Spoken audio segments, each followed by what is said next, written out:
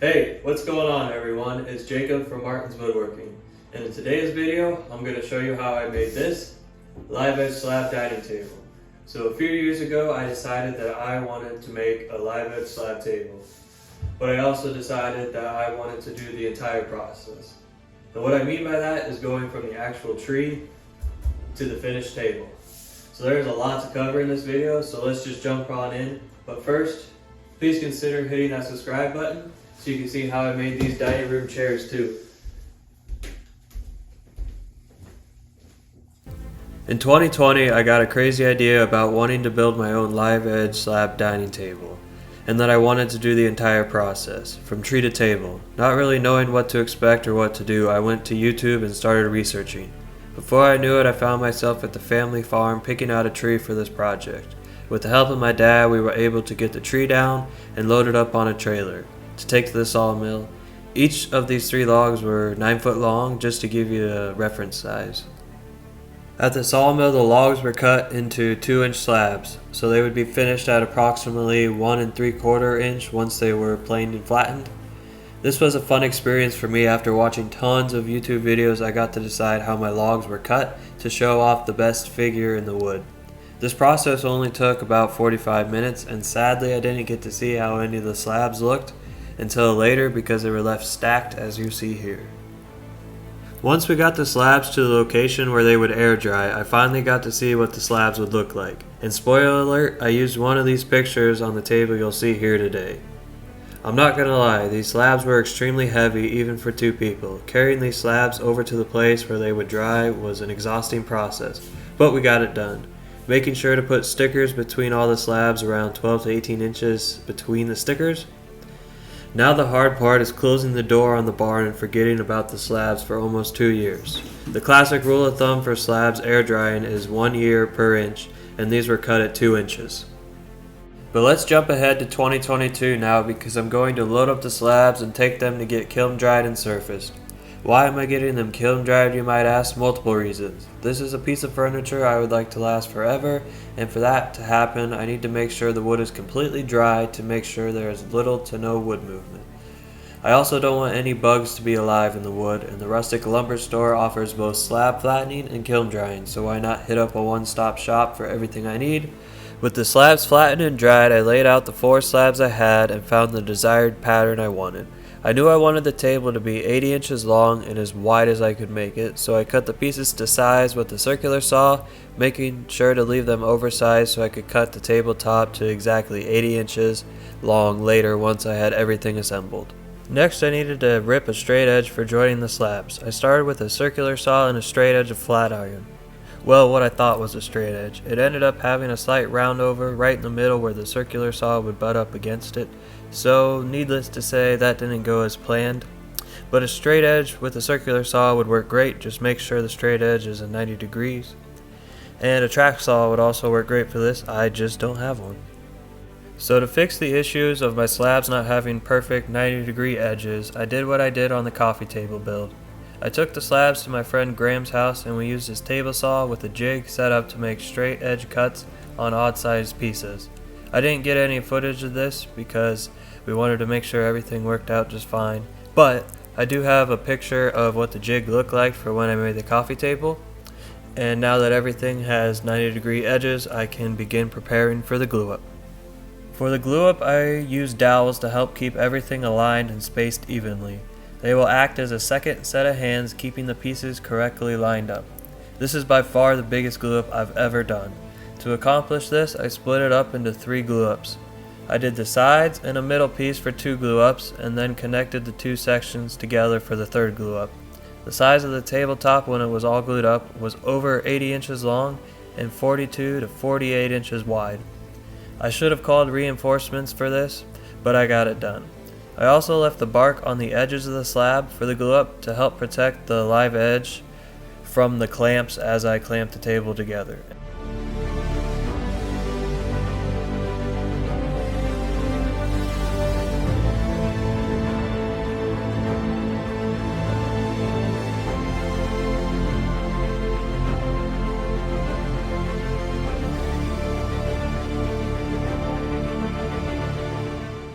Once the glue had dried, I managed to get the tabletop up on a temporary base, and I began the messy process of removing the bark.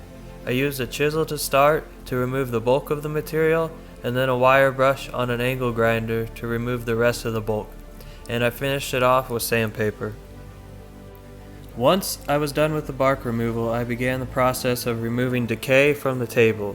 I needed to do this before the epoxy pour to make sure everything cured correctly and adhered correctly to solid wood. I used a chisel for this process, and this took a very long time, but like I said, it is extremely important to do a good job before you pour epoxy. With the decay removed, I turned my attention to removing the glue squeeze out. I did this with a chisel, and this is also a fairly time-consuming process as I needed to do both sides of the table. Once I had that all done, I took out my hand plane and began flattening any areas that needed it after the glue up. This was kind of a fun process, getting to use some hand tools and making the perfect shavings with the hand plane. It definitely took a little bit of time and effort, but well worth it to get things pretty darn flat before sanding later on. Once I had things flat, I began addressing some of the cracks in the table with bow ties. Wood expands and contracts with the grain. Putting the bow ties in across the grain helps keep the cracks from becoming larger, as they provide resistance when the wood wants to expand and contract. I like to mark out bow ties on blue tape with a knife. This also makes it easier for me to see where I need to cut with the router. I set my router a little bit shallower than the bow ties itself and try to cut as close to the line as I can. The line that I'm referencing is the line that I make with the knife as I cut out the blue tape. Once I have the majority of the wood removed with the router, I use a chisel to remove the rest all the way up to the line, giving me a clean edge for the bow ties. To glue in the bow ties, I just make sure I have a little glue on everything and use a mallet and a piece of wood to gently tap the bow tie in. Once it bottoms out, you can use a hand plane or a sander to bring the bow tie flush with the tabletop. With the bow ties in to support the cracks, I wanted to cut my table down to its final width. I'm using a jigsaw at an angle to help replicate the live edge look. Once I had the large section cut off with the jigsaw, I will come back with an angle grinder and use the angle grinder to blend the freshly cut section with the original live edge section. Now to cut the table to its final length, and I'm not gonna lie, this was pretty scary. I set up a level as my straight edge and made 2 passes with the circular saw to cut all the way through the table.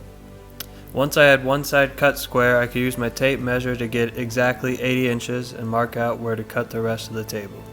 I thought about putting a small chamfer on each edge, but I decided better of it, and I like the way it looks like this. Now with the table cut to its final size, I wanted to turn my attention to the legs. In true DIY fashion, I also wanted to make the legs. I thought about ordering legs online, but thought better of it and decided to test my skills. I haven't welded in 8 years, but I had someone who welded for a living keep an eye on me and give me pointers along the way. The legs I wanted to make will be a square style table leg, made from 2x4 rectangle tubing and a piece of flat iron top plate. I began by drilling holes into the top plate that will be bolted to the table. These holes for the bolts are oversized to allow for wood movement, and the 2 top plates were welded together so I could drill the holes quicker and have the exact same hole location. To accomplish the square style legs I'm making, I wanted to cut the 2x4 tubing at 45-degree angles to make the 90-degree joints for the legs. There are many ways to go about cutting this, and a small bandsaw is what I had available to use.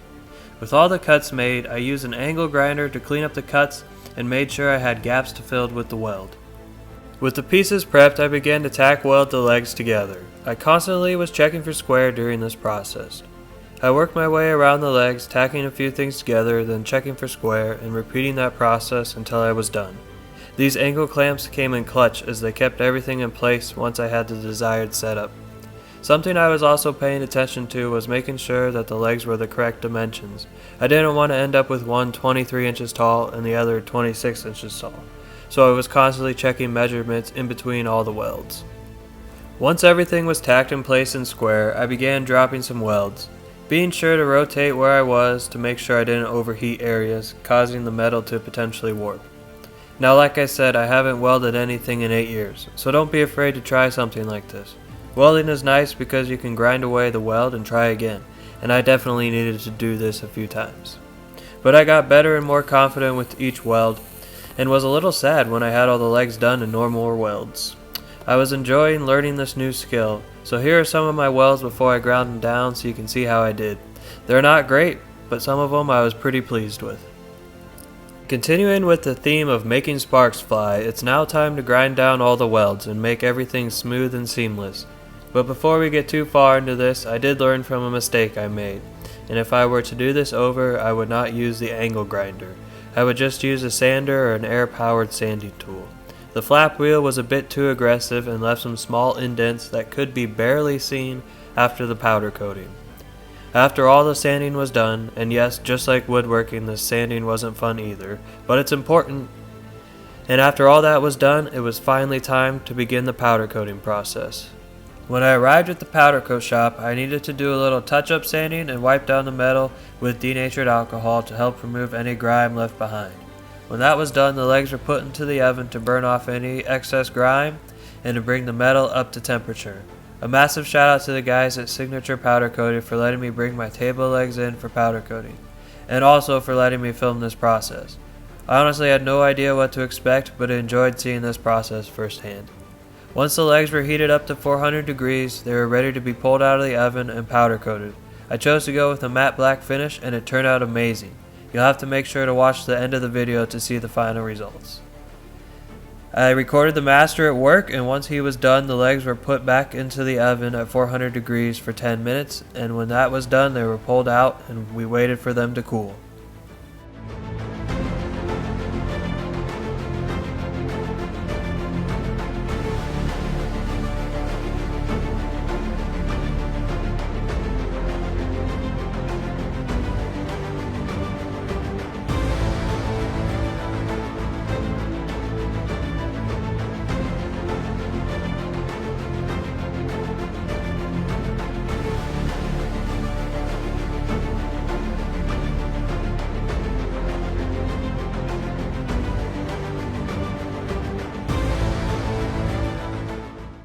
With the legs complete, I turned my attention back to the tabletop. It's time to fill the cracks, void, holes, knot holes, and any other imperfections with epoxy. I prepped for the pour using some book tape, and I used mass epoxy, tabletop epoxy, and their deep pour epoxy for this project, along with black diamond pigments, and I used black onyx for this project. I started off with a light pour of deep pour, and I'm glad I did because yes, I had a leak, which was frustrating, but it only set me back a day and I was able to continue the next day. The next day came and I used tabletop epoxy this time, and once that cured, I switched back over to deep pour epoxy. After multiple pours, because this table was 1 3/4 inch thick and had some areas that soaked up more epoxy than others, it was time to remove the tape and begin the terrible process of sanding the overpoured epoxy, and I did that with a combination of my hand plane and sander and a lot of time. I don't want to bore you with the sanding process because sanding is already boring and there's nothing more boring than watching someone else sand. But let's just say I was cussing myself for not prepping for the epoxy pour in a better way, because the majority of my sanding was simply removing the epoxy that had leaked. Now with the boring stuff out of the way, I wanted to recess the legs into the table so it looked like the rectangle tubing was just coming straight out of the tabletop. To do this, I needed to position the legs where I wanted them, and then router out a groove that was slightly wider and longer than the top plate itself, to allow for wood movement. And this was quite a terrifying process as I was having to router a 1/2 inch deep into my tabletop, and if I messed up, there was no turning back.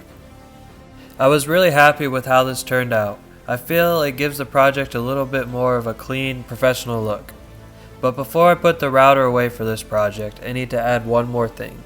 I had my logo made up on a piece of wood, as well as with the longitude and latitude of the location from where the tree came from. I felt like this was needed, so if I ever pass this table down, for generations they will know exactly where the wood from this table came from. To wrap up the work for the table legs, I needed to add the threaded inserts for the bolts I'll be using to hold the table legs to the table. The nice thing about threaded inserts is I can attach and detach the legs as many times as I want and not have to worry about anything. I used playing cards as spacers and then a center hole punch to line up the location for the threaded inserts. When I was ready to drill the holes for the threaded inserts, I double checked the depth to make sure I wouldn't drill all the way through the top of my table, but put it in the threaded inserts. Because after doing all that work and then drilling through the top of the table, that would really just suck. After drilling all the holes, I made sure to use a countersink bit to round over all the edges of the holes. This just gives everything a cleaner look when the threaded inserts are put in, and I made sure to vacuum up all the dust before I began the threaded inserts. I added a dab of wood glue when I put in the threaded inserts to work as a little lubrication and to help keep the threaded inserts in place. I didn't want to use super glue or epoxy just in case something didn't line up, and actually I did need to fix one of the inserts after I glued them in, so I'm glad I just used wood glue to do this. Now I can finally sand everything, making sure to raise the grain in between the grits. But the nice part is that I'm using Rubio Monocoat to finish this table, and they say that I only need to sand up to 180 grit for this product. So that makes sanding a little less terrible. Before applying Rubio, I wiped off all the dust and used mineral spirits to remove the hard to remove dust. Once the mineral spirits dried, I could finish the table. Rubio is a 3-to-1 mix ratio with the accelerator and has a 15-minute working window from applying to buffing off the excess. So that's why you see me doing the same process 3 times on one side of the table, to make sure I got everything done in the allowed time.